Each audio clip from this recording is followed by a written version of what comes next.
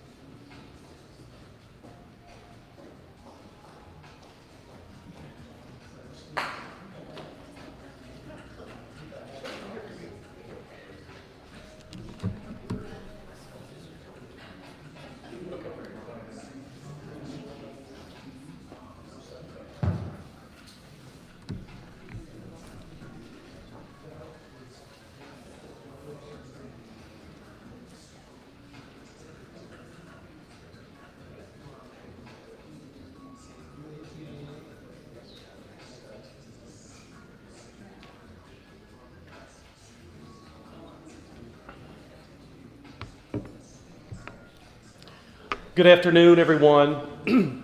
On behalf of Ralph's family, they would like to thank you all so much for the outpouring of love and support during this time.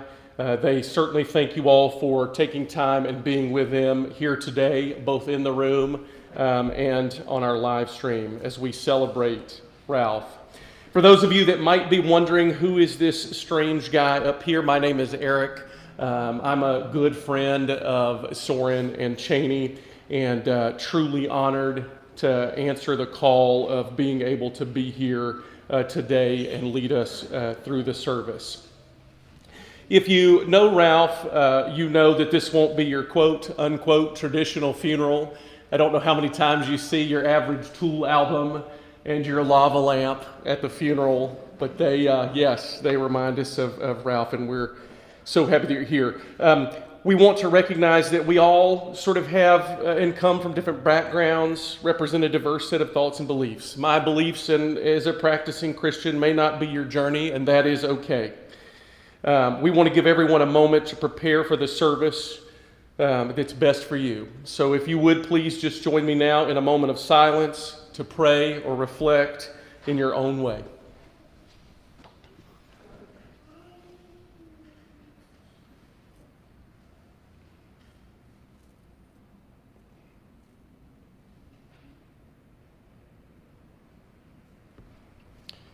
Thank you.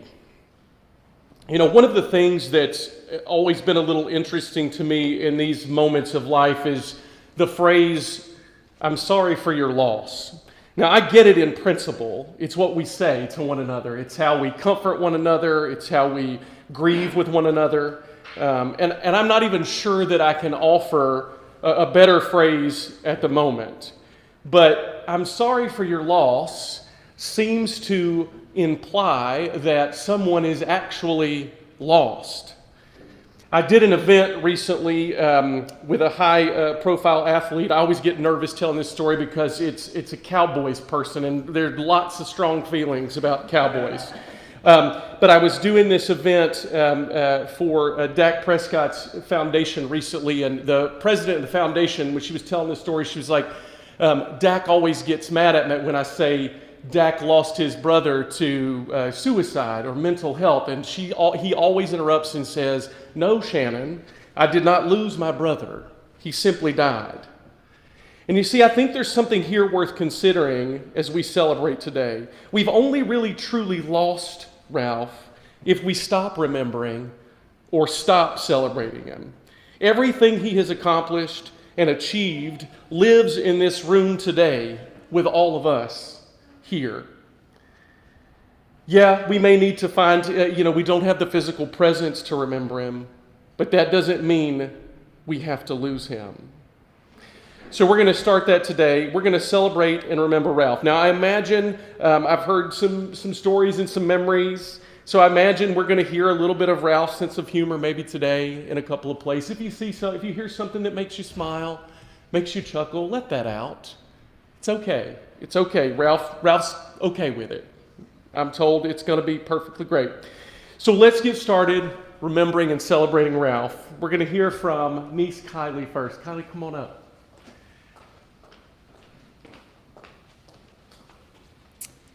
This is Afterglow by Helen Lowry Marshall.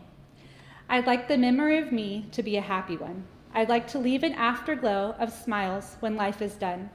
I'd like to leave an echo whispering softly down the ways of happy times and laughing times and bright and sunny days. I'd like the tears of those who grieve to dry before the sun of happy memories that I leave when life is done.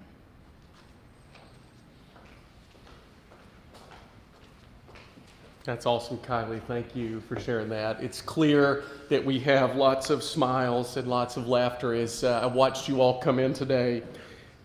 Clearly, that's a little bit of who you are and who Ralph shared with you. We're going to continue today with an essay by niece Kelsey. Kelsey, come on up.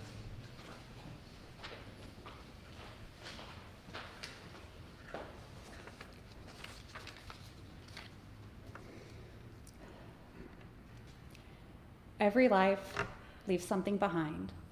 Some people define a life by what a person accomplishes or what they own. Consider a different perspective. Imagine our lives are more like a garden, each of us a gardener. Throughout our lives, we cultivate a garden that reflects who we are. The plants are our values, our passions, our ideas, our skills, and our love. Whatever we choose to grow, we water with our time and energy. We do our best to prepare for the difficult seasons of life. We develop strategies to deal with weeds, pests, and diseases, not just to protect our own garden, but so we don't spread them to the gardens closest to us. Because no garden grows alone. We begin with seeds and tools given to us by our parents and families.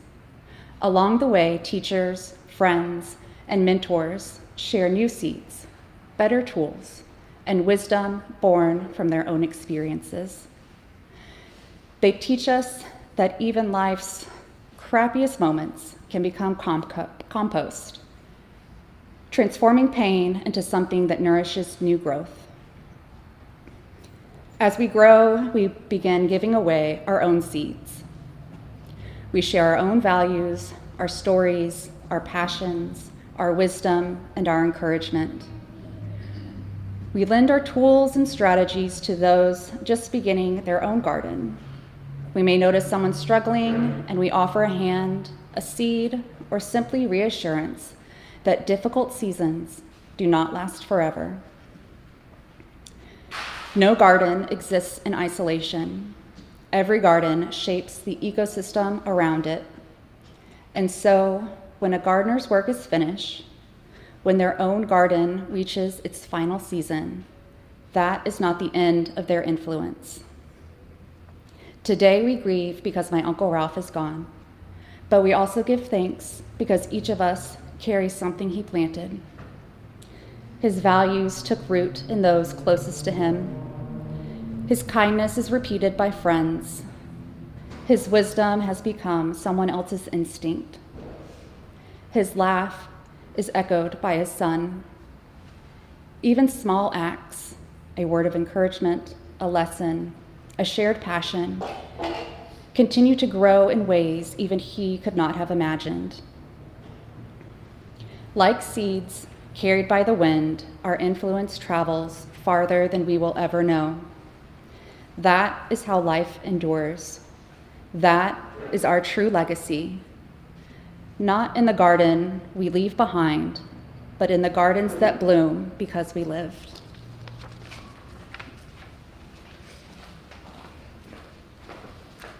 Thank you, Kelsey. What a beautiful garden we all are here today. That was beautiful. Thank you.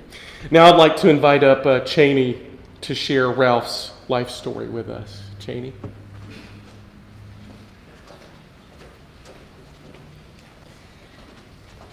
Hi, everyone.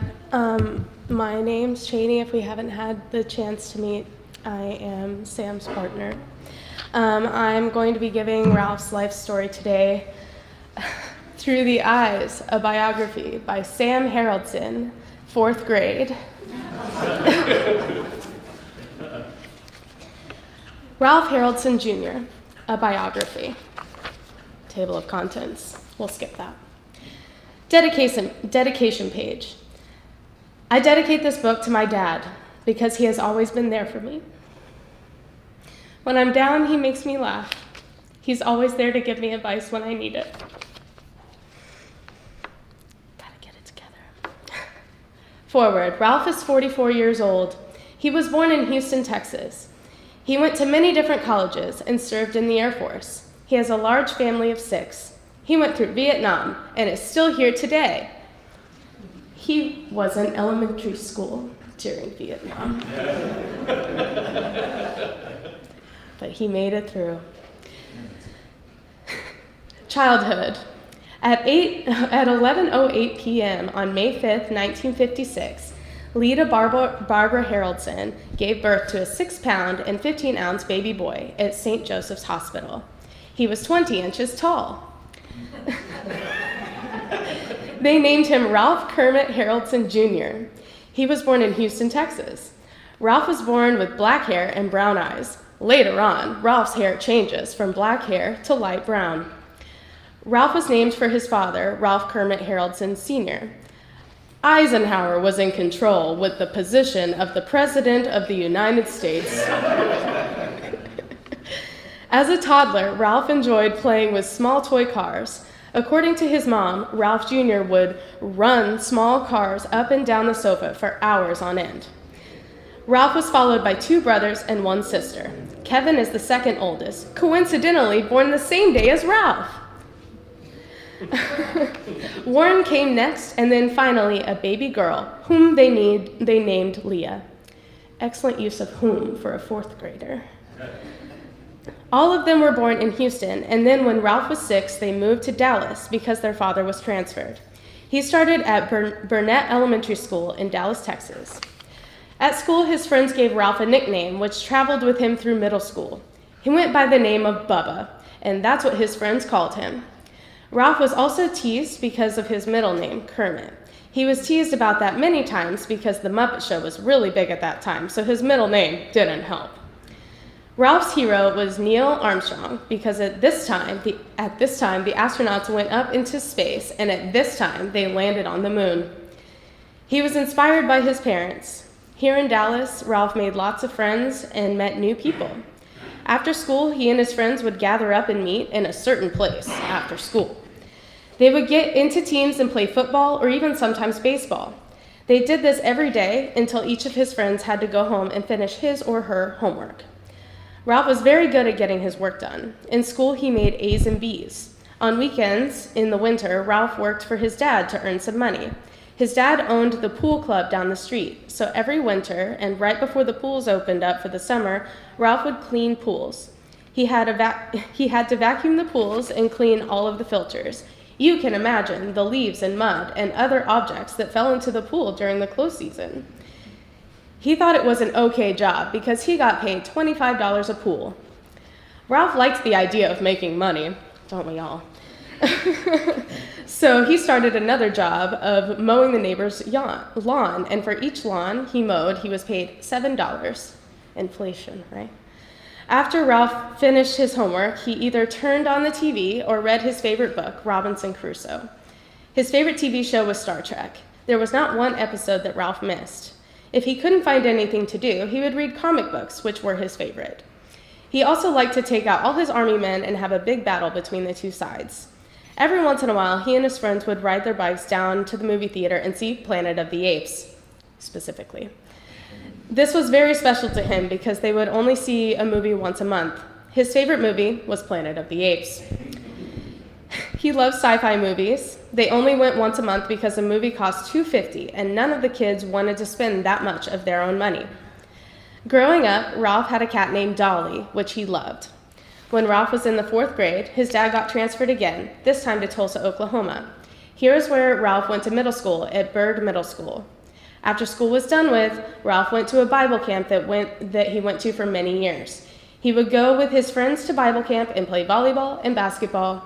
Ralph's favorite thing to do there at Bible camp was to swim. He has always loved swimming for many years. Here's a bunch of pictures. Older years. From Tulsa, they went back to Dallas once and for all.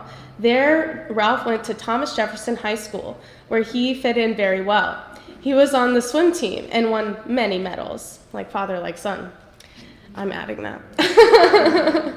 Later on, Ralph was old enough to buy a car, and so he did. His first car ever was a Triumph Spitfire, 1964. These years were the most exciting years for Ralph because he was starting to take an interest in girls. His first girlfriend was named Dawn. At this point, Ralph would drive down to the drive-in and see a movie every 2 weeks with a date. As soon as Ralph turned 18, he decided to enroll in the Air Force.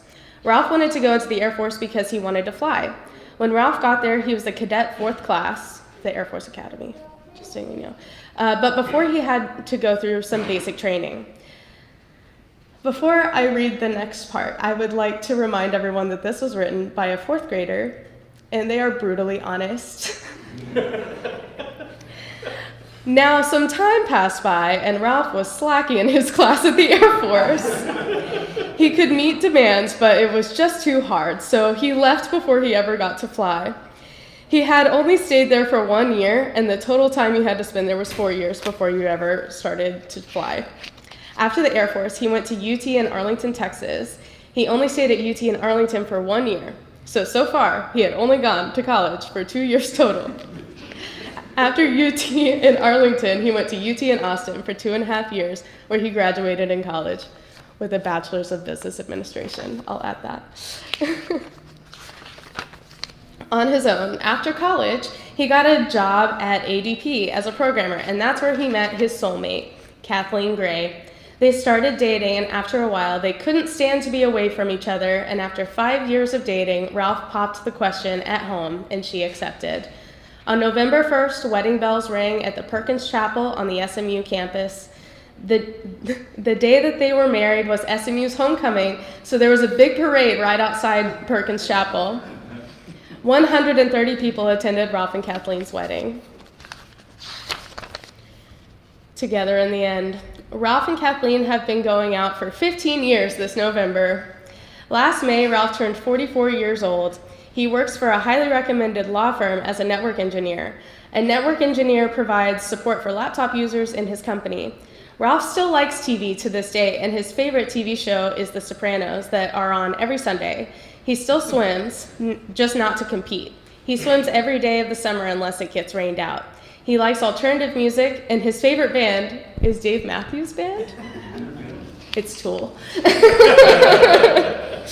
His hero is Ralph Nader. He still goes to the movies, and his favorite one for a while was The Matrix, until Gladiator came out, and that's been his favorite ever since. He's 6'1". Oh, reminder, this is a brutally honest 4th grader. He's 6'1" and has kind of a beer belly, but that's okay. I still love him. Thank you, 4th grade Sam. If my phone would open. Oh, where did that go? Uh-oh. Obviously, this ended when Ralph was 44, and he obviously lived much longer than that. Not quite as long as we would have liked. Okay, thank you. I got the honor of getting to know Ralph when Soren and I started dating nearly 13 years ago, and especially got to know him as he and Soren and I lived together for 2 years during COVID. Ralph was a guy of many interests. He loved gaming, he loved music and science and space. All of these interests he shared with Soren, and I absolutely loved watching them nerd out over things together, like SpaceX launches and Tool concerts. You may have noticed the playlist and decor are a bit untraditional here today. Ralph was not really a traditional guy. Soren and Ralph shared their favorite bands, Tool and Pussifer, and would regularly go to concerts together all over the country. He had the most infectious, boisterous laugh that could fill an entire room. If you've been missing Ralph's laugh, keep an ear out for Soren's, because it's the same. He loved his family and his friends and sharing time with them, but most of all, he loved Kate. And as much as we will all miss him, I think we can take solace in the fact that Ralph and the love of his life, Kate, are reunited now. Thank you.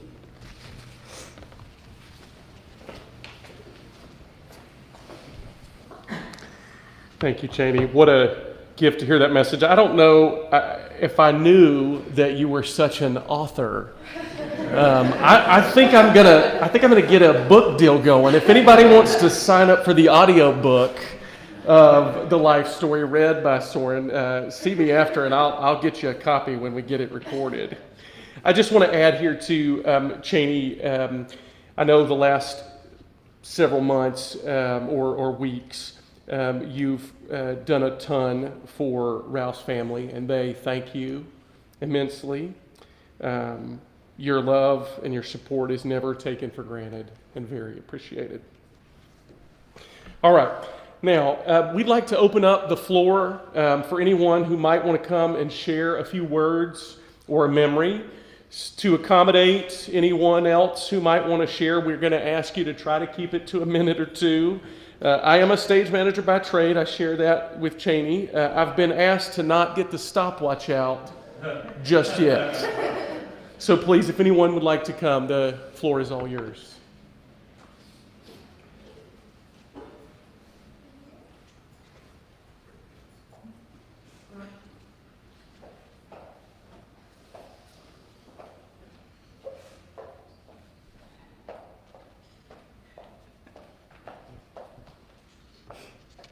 Hi, I'm Cherie Coles. I'm Cheney's mom.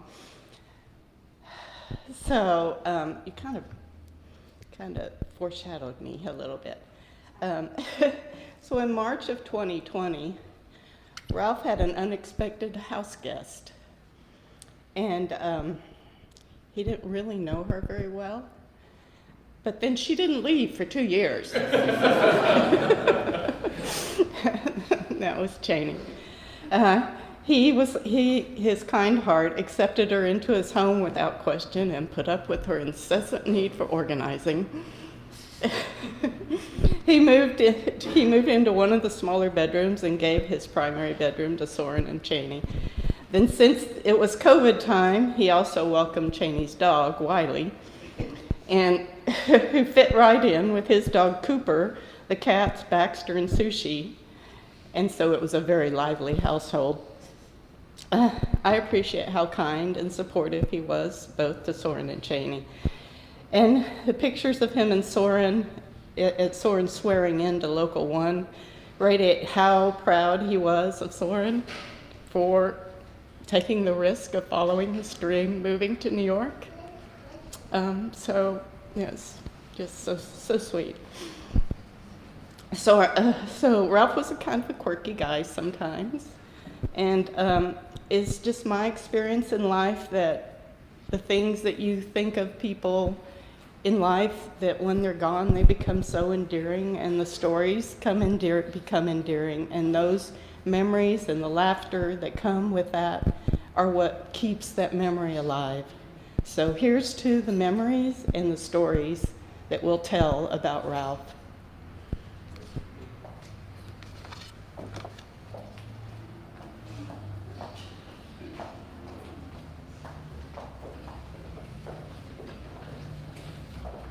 I got a little story about it, and it explains who Ralph is in his soul. I was fortunate enough to work with Ralph at a law firm, and we were on a business trip in Seaside, Texas, and we're in the water, and it's getting kind of dark, and I get bit by a crab underwater, and I scream, ah! And our good friend Rick Hose, Rick Hose split, and Ralph comes swimming towards me. That's Ralph. He would come towards you in your time of...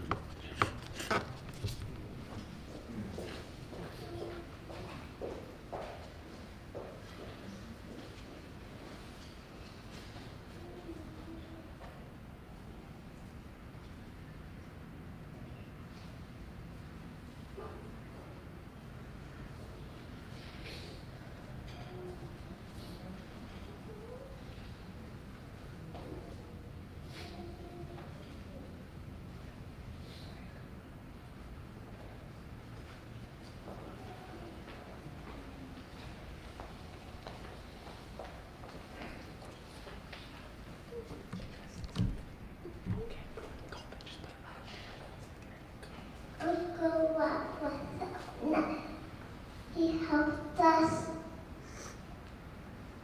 and he was kind. Good job. Yes, he was. Thank you.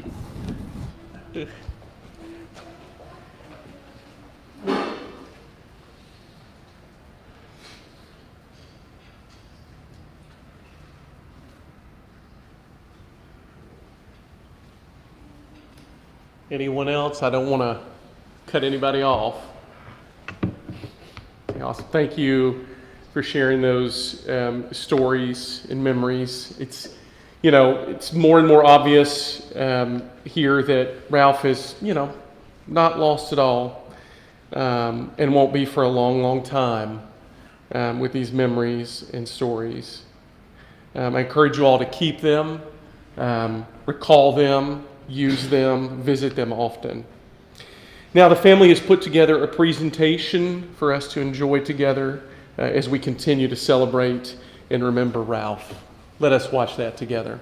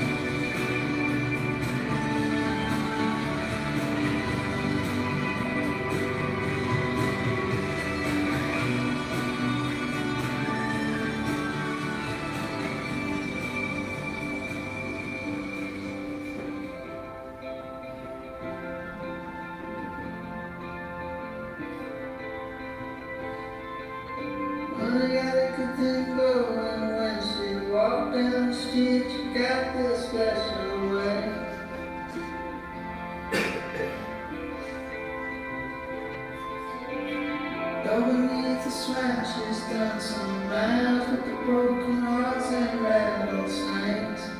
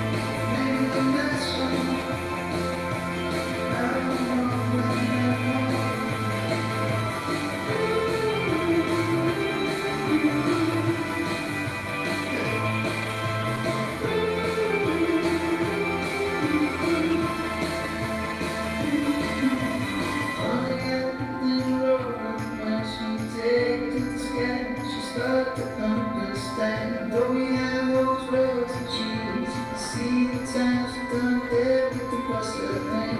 Maybe one day the things beneath the stars till the feeling like the ground. Maybe we'll break the chains and sail away until we can't be found. Going up to the side, we won't be the best that we can be in this life.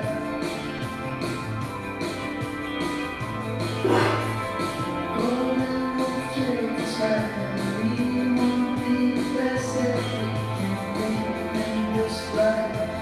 For the next one, for the next one, for the next one, maybe the next one. I don't know when.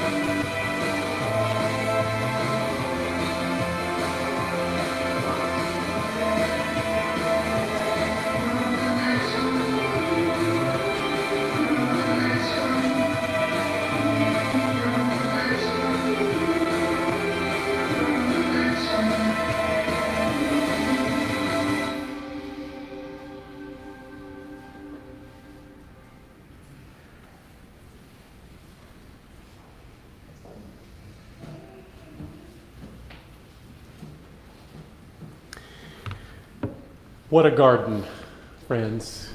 What a garden.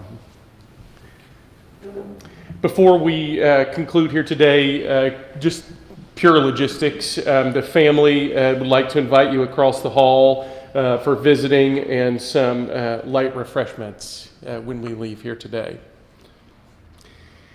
As we prepare to go, I want to share probably the truest thought that I can share with you today. You know, it is probably real. I did not know Ralph very closely personally. My daughter asked me today, you know, she's a teenager trying to, did you know Soren's dad? I was like, well, you know, honestly, I thought about it, and I did. You see, I didn't necessarily need to know him directly because I have had the great joy and privilege of being friends with Soren. And everything wonderful that I need to know about Ralph has been in my life through Soren and everything that you all have shared today in this room. Ralph is clearly a wonderful man. Let us leave here today never letting Ralph get lost. Let's remember we're a part of his garden. Let's look up and see him swimming towards us with that memory that is true for you and for him. Thank you all for being here. Go in peace, friends.